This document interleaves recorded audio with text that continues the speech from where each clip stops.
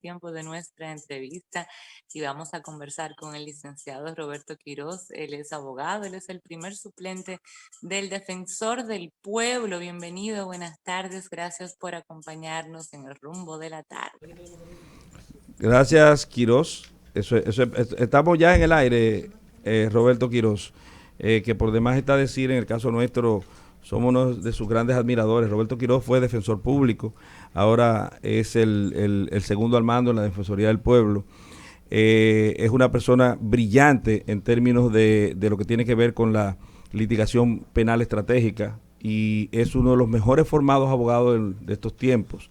Él tiene una condición y una situación y unas habilidades que nosotros vamos a dejar que el compañero Vázquez las manifieste aquí.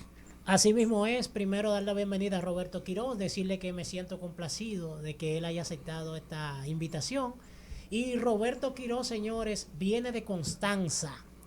Señores, fíjense, Roberto vino de Constanza a estudiar en la Escuela Nacional de Ciegos y desde ahí concretizó todo su sueño. Yo quisiera que sea él mismo que nos hable sobre ese trayecto y hoy en día quién es Roberto Quiroz, que para mí tiene demasiadas funciones. Profesor universitario de Unicaribe, profesor universitario de OIM, primer suplente en la Defensoría del Pueblo, fue defensor público por muchísimos años, colega de Leila y colega de Valentín. Y el decano en Ahora, la Defensoría del Público. tengo una pregunta para Roberto Quiroz. para que el público tenga una idea. ¿Fue de nacimiento? ¿Usted perdió la visión por algún accidente? No, nací con la enfermedad, pero es una enfermedad progresiva y entre 16 y 20 años terminé de perder la vista total. Wow. Si no había posibilidad de detener esa... Para ese momento no. ¿Y revertirla es posible? No. Ya no. Porque mi problema es retinitis pigmentosa, es una enfermedad Eso es irreversible, que atrofia el nervio óptico. Si se cuenta con algo de visión, ahora mismo en Cuba se pudiera detener el desarrollo de la enfermedad, pero no recuperar la visión. Roberto, como estamos cortos de tiempo y la verdad es que es tan valiosa tu intervención aquí, quiero decir, cuando ya llegaste a la universidad, Roberto se graduó con honores en UTESA. Entonces, cuando llegas a la universidad, Roberto, muy lejano, viniste de Constanza, no fue fácil. ¿Cómo hiciste eso? Bien, fue un reto bien difícil porque mis padres tampoco querían que, ya después de yo haber vivido en la escuela de ciego por 6 años aproximadamente, volviera a alejarme de nuevo. Pero ya yo tenía, diría yo, cierto destino en la vida de que yo quería superarme y hacerlo desde un campo, un pueblo como Constanza, o del paraje de donde es mi familia, de Portezuelo, entre Tireo y el pueblo, era tal vez un tanto difícil, porque principalmente en estos sitios tan lejanos la gente no cree en el que las personas con discapacidad se puedan desarrollar. Y asumí el reto de venir a la capital y de estudiar. En ese momento, de hecho, en Constanza gané una beca que me permitió estudiar en una universidad privada. Claro, con cierto sacrificio porque la beca solo me cubría el pago de la universidad. Y posteriormente me fui desarrollando en UTESA poco a poco. Trabajaste en la Suprema Corte de Justicia, operador de central telefónica, y luego de ahí entonces lograste concursar en la Defensoría la Defensoría Pública. Sí. Cuéntame el trato con Subero Isa, que en ese momento fue tu padrino en cuestión del trabajo y todo. En el 2003, Subero Isa le dio la oportunidad para que una persona con discapacidad visual y dentro de lo posible que estuviera vinculado al derecho, por lo menos como estudiante, participara como empleado de la Suprema Corte de Justicia y la diosidencia es que yo no tenía empleo en ese momento y me dieron esa oportunidad. Al mes y algo me manda a buscar Subero con una de sus abogadas ayudantes para conocerlo. A partir de ahí hicimos una gran amistad. De hecho, fui defensor público, no porque él me pusiera como defensor público, sino porque él abrió los caminos para que las personas con discapacidad, en sentido general, no solamente visual, pudieran participar en los concursos de la Escuela Nacional de la Judicatura. ¿Fuiste la primera persona quien ganó ese concurso? Así es, pero en ese momento participaron varios, es decir, participaron varias personas con discapacidad, de lo cual el único que pasó el concurso de oposición fui yo. Hay un juez ciego sí, en Santiago. En Santiago. Sí, ese hace 2 años que se hizo juez ese Hot García. Hot, exacto. Sí, hubo otro defensor público que es Ángel Darío Pujols, que estuvo en la provincia de Santo Domingo, que también con posterioridad concursó.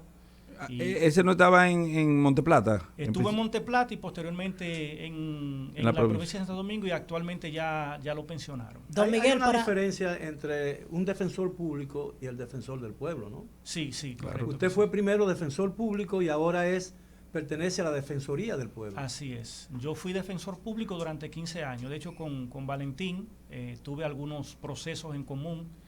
No recuerdo si lo tuve en contra. No, me suapiaste. Me suapió. Ahora, de todos los obstáculos que usted debió afrontar en la vida y salvar, ¿cuáles fueron los más difíciles? Mire, yo creo que el obstáculo más difícil para un ser humano es cuando él mismo entiende que no puede, porque los demás se van venciendo. Por ejemplo, yo con mi padre que falleció, tuve una discusión una vez en Constanza. Él era chofer de camiones, porque en un fango el camión se quedó. Y yo le dije, pero es que usted mismo hizo que el camión se achivara. Él me dijo, pero pues sácalo tú, me dice él. Le digo, bueno, si usted me da el camión, yo lo saco. Entonces, él mismo me fue enseñando, dentro tal vez de su, diría yo, de cierta intención de que yo pudiera hacer cosas, me fue enseñando a romper esas barreras que pudieran impedir que yo creciera. O sea, él me dio oportunidades en ese momento de hacer cosas, claro, dentro de la actividad que él mismo realizaba, que me permitía a mí verme, sentirme como una persona normal, sin ningún tipo de discapacidad. Es decir, él me ponía a hacer actividades como cualquier otra persona. Roberto, Litigación, Principio y Fin, es un libro que Roberto Quirós hace ya 2 años. Sí, en el 18. En el 18, sí. 3 años. Háblame de ese libro, hermano mío. Bueno, fue un libro producto de las experiencias que fui acumulando durante el tiempo de estar en defensa pública. Sin modestia puedo decir que participé en más de 3.000 procesos penales. Y esas experiencias las fui escribiendo poco a poco, y en el 2018 lanzamos ese libro, que se ha convertido realmente en un pequeño manual para abogados de recién ingreso y aún abogados ya de experiencia, que quieren encontrar muchas veces las técnicas recopiladas en un único documento, porque este libro maneja la litigación desde la medida de coerción y hasta la ejecución de la pena. Es decir, esos pequeños tópicos que los abogados necesitan saber para el momento en el que se encuentran en un tribunal. ¿Dónde se encuentra la venta del libro?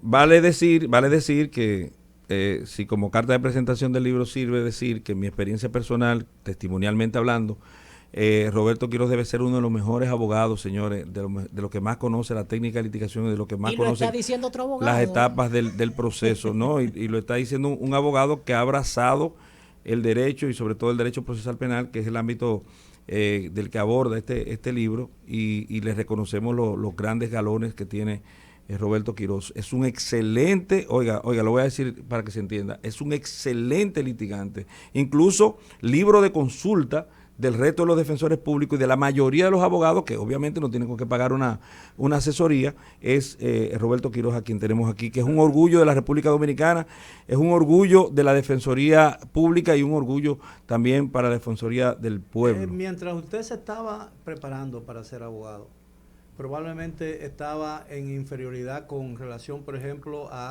alguien con visión, porque había probablemente más libros disponibles para Valentín que para usted, porque supongo yo que la bibliografía en braille sobre el derecho no debe ser tan extensa, ¿no? Eso es así. Sin embargo, siempre hemos tenido como esa habilidad, diría yo, de acercarnos a personas con buenas intenciones. Y en la universidad aprovechamos muchos amigos que conservamos hasta el día de hoy, que nos leían los folletos. En ocasiones yo compraba el folleto y se lo regalaba a uno que tal vez no lo podía comprar, pero que lo podía leer y yo grabarlo. Y así fuimos recopilando la información que necesitamos. Una anécdota al final de la carrera es cuando me convocan para decirme que iba a ser el estudiante que tenía que dar el discurso. Y me convocó Pedro Turbí, creo que se llama, el que era vicerrector en ese momento, y cuando yo llego, que entro al despacho, él le dice a la joven, al asistente, dice, mira, yo creo que nos equivocamos, porque tú llamaste y ella le dice, sí, pero ese es Roberto Quirós. Él, como me vio con el bastón, digo, pero él habrá dicho, pero no creo que haya sido él. Y me dice, ¿y cómo tú vas a leer el discurso? Yo le dije, don Pedro, pero tengo 4 años en la universidad, estudiando, leyendo folletos, y hoy usted me pregunta tal vez por 4 o 5 páginas. Él se queda reflexionando y me abraza y me dice, tú tienes razón. Y me sienta y me dice, ven, él me lee el discurso, y en lo que él me fue leyendo el discurso, yo lo grabé y le dije, Pedro, mire, se puede quedar con las hojas, porque ya yo tengo el discurso aquí. En la mente. No, lo grabé en una grabadora. ¿Y qué ocurrió?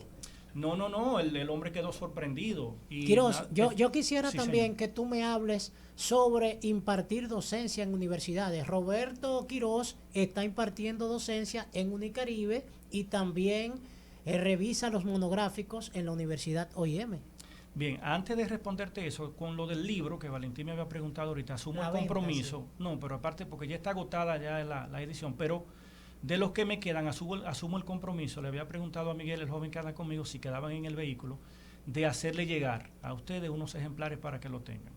Bueno, eso en la semana yo lo voy a hacer. bueno, Quiroz, esa va a ser una obra. Oye, es que la admiración que nosotros, lo que practicamos el derecho a diario, lo que, como dicen en el buen dominicano, sudamos la toga para con Roberto Quiroz, es una admiración inconmensurable. Don Miguel, yo lo digo aquí, parecería que por la condición de buen anfitrión, pero no se trata de eso. Estoy tratando de retratar la grandeza de este joven profesional del derecho que ha exhibido, vuelvo a reiterarlo y a matizarlo de esa forma, unas grandezas en términos profesionales únicas, y además una entereza y una actitud hacia el derecho y un compromiso con la justicia que es innegable. Y yo me siento sumamente contento, orgulloso de lo que Roberto Quiroz ha logrado, porque eso debe hacernos a todos reflexionar sobre que no tenemos necesariamente que asumir las limitantes, las limitantes que nos pone la vida.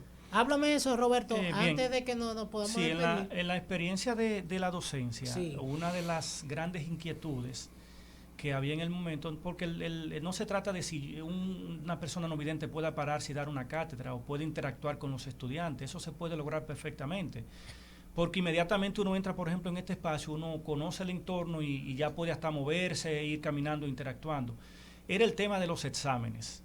Yo lo que hice fue generar exámenes que se pudieran tomar en grupo y ponía a los estudiantes a tomar el examen en grupo.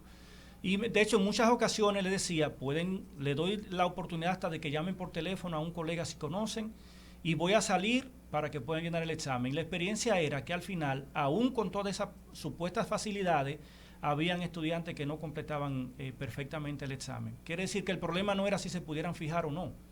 O sea, tal vez la gran inquietud ha sido esa. El famoso chivo. O el famoso chivo que te pudieran hacer. Ahora, cuando tú pones preguntas para reflexionar, aún se tenga el chivo, si tú no tienes la capacidad de la reflexión, tú no vas a poder satisfacer el examen. Hoy en día, Roberto, en la Defensoría del Pueblo, ya yéndonos más ahí, ya porque eso es lo más actual que tú estás desempeñando. Cuéntame tu experiencia, ¿qué tal? ¿Cómo te ha ido? Y está bien valorada la Defensoría del Pueblo, porque Pablo Ulloa está bien valorado, pero detrás de Pablo Ulloa hay un equipo grande que está también maniobrando ahí. Dice Pablo Macchini que Pablo Ulloa rinde más que una sopa de pobre. Efectivamente es un gran reto. De hecho, trabajar con Pablo Ulloa ha sido un gran reto porque él tiene muchas buenas intenciones y trabajar en una institución que necesitaba ese relanzamiento, no porque no se había hecho nada, porque sí se habían logrado cosas, pero la institución se encontraba como una especie de limbo, si se quiere, en el sentido de que ya quien la estaba dirigiendo no quería continuar en la dirección, por razones que podemos entenderlo todo, y la institución necesitaba ese relanzamiento que se le ha dado hasta el día de hoy. Es decir, ¿tú trabajaste también con doña Zoila? No. Tú entraste con Pablo. Entró por concurso. Sí, yo sé, pero... Sí, entré con el grupo de Pablo. Entonces se han hecho divisiones en la institución, o sea, a fin de irla institucionalizando. Hay gabinetes, hay un gabinete educativo, hay un gabinete de garantías, que es en el que yo más estoy incidiendo, en el tema del litigio estratégico. Hay 4 departamentos en este gabinete, que es el de atención al ciudadano, de investigación, notificación y litigación estratégica. En eso estamos trabajando y se siguen haciendo los esfuerzos para que se pueda consolidar el Defensor del Pueblo como una institución que esté de frente a defender los ciudadanos de las arbitrariedades de la administración pública. ¿Cuáles son los retos entonces que se plantean ustedes dentro de la Defensoría del Pueblo? Los retos se han venido viendo. La defensa necesitaba primero posicionarse e ir creciendo. Ahora hay un gran reto que es que se pueda consolidar a nivel nacional. Se está trabajando para ello, se está tratando de buscar presupuesto para que eso se pueda lograr, para que no sea solamente en la capital o en el Distrito Nacional que haya, a pesar de que se reciben denuncias del país completo, pero no es lo mismo cuando el ciudadano puede ir de manera directa a un lugar donde se le dé el servicio. Bueno, ¿y cuáles son? Porque la gente, yo siento como que todavía la gente desconoce realmente cuál es la función del defensor del pueblo. Siento que a veces la gente bueno, mire, la pregunta que hace don Miguel, muy interesante, que hace una diferenciación para que se entienda la diferencia entre Defensoría del Pueblo y la Defensoría Pública. Entonces, ¿cuál es la función esencial de forma que la gente pueda entender qué puede ir a procurar, qué puede ir a buscar y cuándo necesita esa persona, ese ciudadano, de la asistencia, del auxilio, del amparo del defensor del pueblo? Bien, si vamos a hacer la diferencia con Defensa Pública, para ir respondiendo a esa parte también de don Miguel, Defensa Pública trabaja con personas que tienen conflicto con la ley penal.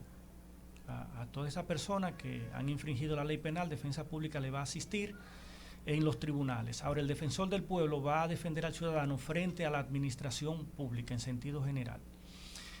Va a trabajar con derechos colectivos, derechos difusos, que muchas veces no es tan sencillo, por eso tal vez muchas veces la duda hasta del servicio que se pueda dar, porque hablar de derechos difusos o colectivos no son temas tan fáciles para que la ciudadanía común lo pueda entender. Allá se puede ir, por ejemplo, una persona que ha sido desvinculado del Estado o de una institución que dé servicio público y que a esta persona no se le dé ninguna información respecto de su desvinculación y de si le corresponden algún tipo de prestación o de indemnización. Entonces, el defensor del pueblo está para ayudar a ese ciudadano a que pueda tener la orientación debida y de no ser suficiente hasta el acompañamiento a los tribunales de ser necesario. Después de oírlo, pienso que si el pueblo dominicano, los ciudadanos entendieran bien cuál es el propósito y los fines que se persigue con el defensor del pueblo, ese debería ser uno de los trabajos más abrumadores, ¿no? Sería muy abrumador. Sin embargo, no sé si usted el viernes pasado se dio cuenta que se lanzó una constitución animada para niños de 7 a 13 años, para ir empoderando a esa gran población que va subiendo para que aprenda cuáles son sus derechos y cuáles son sus deberes, y que trabajo como el del defensor del pueblo se haga mucho más comprensible. Y ustedes no tienen escollo, no tienen algún tipo, por así decirlo, de parte de algún estamento oficial, de los cogobiernos, de los mecanismos supraestructurales o infraestructurales en términos administrativos, no tienen algún tipo de muro de contención, no tienen roce, no tienen dificultades para el ejercicio de su función? Mira, el defensor del pueblo, a partir de la llegada de Pablo Ulloa, se ha recibido... Y de Roberto Quirós. Bueno, y de Roberto Quirós, pero como él es el titular. Y de Harold Modesto, secretario general. Secretario general. Ha tenido como una acogida muy importante a nivel institucional, porque en principio, como a los 3 meses de estar allá, tuvimos una situación con un director de una institución, que de hecho hubo una querella que se interpuso en contra de esa persona, pero esto ha permitido que entonces otros funcionarios asuman con más responsabilidad las situaciones que desde el defensor del pueblo se solicitan, las informaciones, cuando se manda una comunicación, cuando se manda una información del cumplimiento de la ley, etcétera, etcétera. Es decir, a partir de esa situación que se tuvo, la receptividad que hemos tenido ha sido mucho mejor. Bueno, Roberto, estamos llegando ya a la parte final, estamos aterrizando este avión en el que estamos abordando justamente un ente creado por la Constitución del año 2010. Hay muchos cielos cerrados, así que aterriza bien ese avión. No, pero aquí el piloto es usted. No. Yo solamente estoy anunciándole a la cabina. Bueno, cabina. Adelante, bueno, hermano. Yo lo único que quiero es que aquí siempre se planteó eso, y don Miguel eso fue lo que me pidió, que yo trajera siempre personas que pudieran motivar, que tenemos una limitación una discapacidad, más no una incapacidad. Roberto Quirós es un grande entre los grandes, ha tenido que romper muchas barreras, pero ha llegado, está ahí. Me suapió. Fue al Congreso, se ganó Me ese suapió, puesto. me Sí. suapió, me suapió. Me suapió. Óigame, fue al Congreso, luchó para ganarse lo que hoy tiene, que es la primera suplencia en la Defensoría del Pueblo, y lo ha logrado y va a seguir, señores. Yo apuesto a él. ¿Nunca te has sentido a lo largo de tu carrera y como estudiante subestimado, menospreciado y discriminado? No sé si es una pregunta muy personal. No, pero la podemos responder. Es decir, muchas veces hay personas que hacen el comentario, sin embargo uno aprende a que eso a uno no le afecte. Más del comentario, pero poder ocupar una posición evidentemente que no ha sido fácil. Yo recuerdo cuando quise buscar mi primer trabajo que deposité más de 25 currículum y quien en una ocasión me llamó para regalarme dinero y le dije que yo no estaba buscando dinero sino trabajo. Y evidentemente que en la ignorancia muchas veces hay discriminación, pero uno aprende a ir manejando esa parte. Cuando escribió su sexta sinfonía, dicen que Beethoven describió los sonidos de la naturaleza que ya no podía escuchar en la sexta sinfonía, que se llama La Pastoral. Tu falta de visión, ¿qué te permite ver lo que tus ojos no te muestran? Los sentidos de cualquier persona que tenga una discapacidad se agudizan. Es decir, O sea que tú oyes muchísimo. Sí, los oídos, el olfato, a pesar de que con el coronavirus el olfato quedó un poquito complejo, pero los oídos hay una ecolocalización, es decir, que uno en el entorno puede escuchar cuando le dan un clic aquí a la computadora, cuando se hace cualquier sonido. Pero no me refiero específicamente a eso, es decir, me refiero a cómo, diga yo, ¿cómo tú suplantas la imposibilidad de ver los colores de la naturaleza? No, es que con los demás sentidos. O sea, la imaginación del ser humano es tan grande que yo voy al mar y escucho las olas y yo me imagino el mar. Lo ves. Sí. Lo ves sin verlo. O sea, lo ves sin verlo. Sí. Tú, por ejemplo, un edificio. Y a lo mejor lo ves con toda su pureza. Y no pudiera ser, exactamente. Hay cosas que con la vista no lo va a ver, va a ver un mar mucho más bonito. Lo ves oliéndolo. También. Lo ves oyéndolo. Bien, el tiempo, doctor, se nos terminó lamentablemente. Yo incluso quise, y quiero excusarme ante mis amigos, hay tantas noticias en el día de hoy. Inicialmente la idea era traerlo por la hora entera. Y yo, no fue que me opuse, pero yo dije que quizás media hora era suficiente. Porque había que tratar en la otra media hora temas de actualidad y que afectan a muchísimas personas, y me arrepiento de haberlo hecho.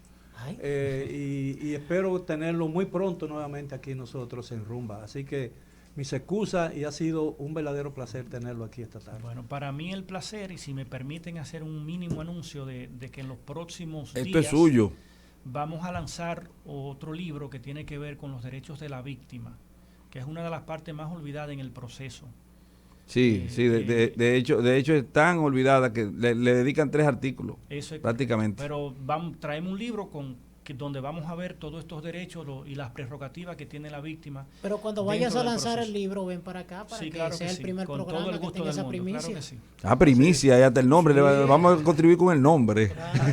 Bueno, muchísimas gracias, Roberto Quirós, gracias, don Miguel Guerrero, el señor Excelso y Caro Vázquez, y a ustedes, queridos amigos, Leila, donde se encuentre, Olga, que es parte del staff principal, Israel y los demás integrantes de este programa. Muchísimas gracias por la oportunidad que nos han brindado ustedes durante toda esta semana, como bien diría Leila en el intro, y esperamos verlos en la próxima semana. Muchísimas gracias. Esto es Rumba 98.5 FM. El rumbo de la tarde.